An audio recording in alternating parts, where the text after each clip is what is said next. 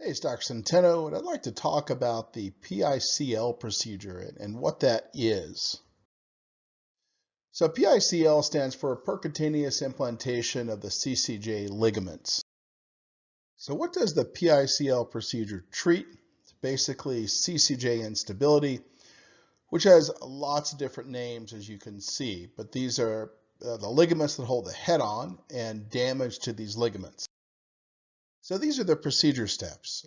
Obviously, we start with proper patient selection, then we go on to a bone marrow aspirate to collect the stem cells, and then we process all of that, and then specialized IV anesthesia, and then we place a specialized 3D printed mouthpiece in, and we place the needles and clean the area via endoscopy.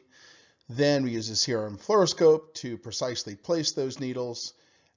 We then inject radiographic contrast to make sure we're in the right spot. And then we do the stem cell implantation via injection.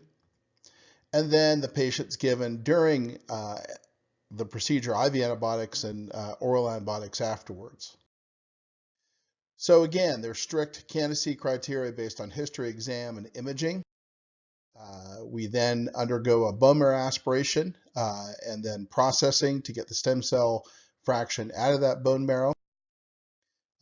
The patient is put to sleep via specialized IV anesthesia, and this is very specialized anesthesia. A flexible endoscope is used to visualize the area so it can be injected, cleaned off, and then we can place the needle.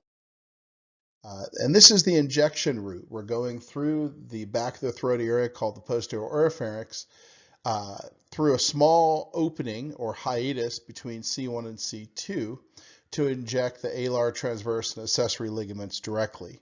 It's a very technically demanding procedure, definitely the most technically demanding procedure I have had to learn and create. This is where we target our injection. And we use a specialized 3D printed mouthpiece that we really had to develop for this procedure and that we continue to evolve over time.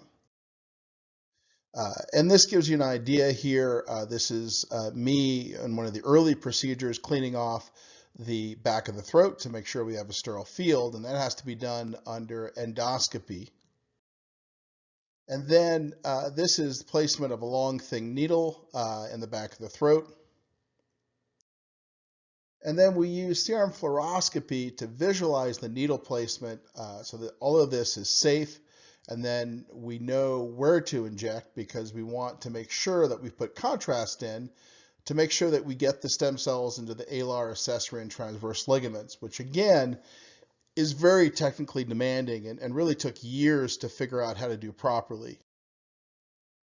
So this is the needle shown, which is, you can see the needle here going in to the alar transverse ligament. So this is accessory. This is the alar.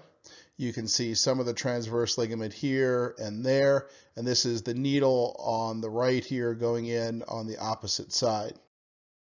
This is another patient where you can see a little bit more of the transverse ligament coming around here, accessory ligament going to alar ligament, accessory going to alar. So the patient gets IV antibiotics during the procedure and then orally after the procedure, and there's usually soreness at the back of the throat for a couple of days. So for more information, contact the CCJ Instability Institute at ccjinstability.com. Thanks so much for watching and have a great day.